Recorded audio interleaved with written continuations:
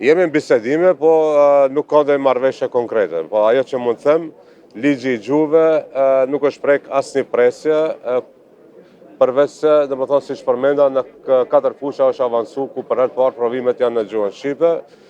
Në një momentum politik, rrethana tjera, besoj që gjuha shqipe meriton status më të mirë.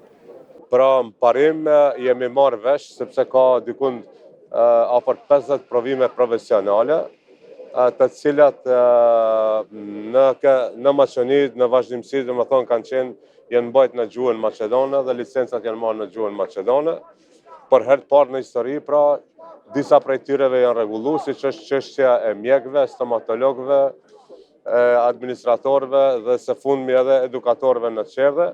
Pra 4 provime profesionale janë rregulluar dhe kemi marrëveshje politike të gjitha tjerat pra të jenë në gjuhën shqipe.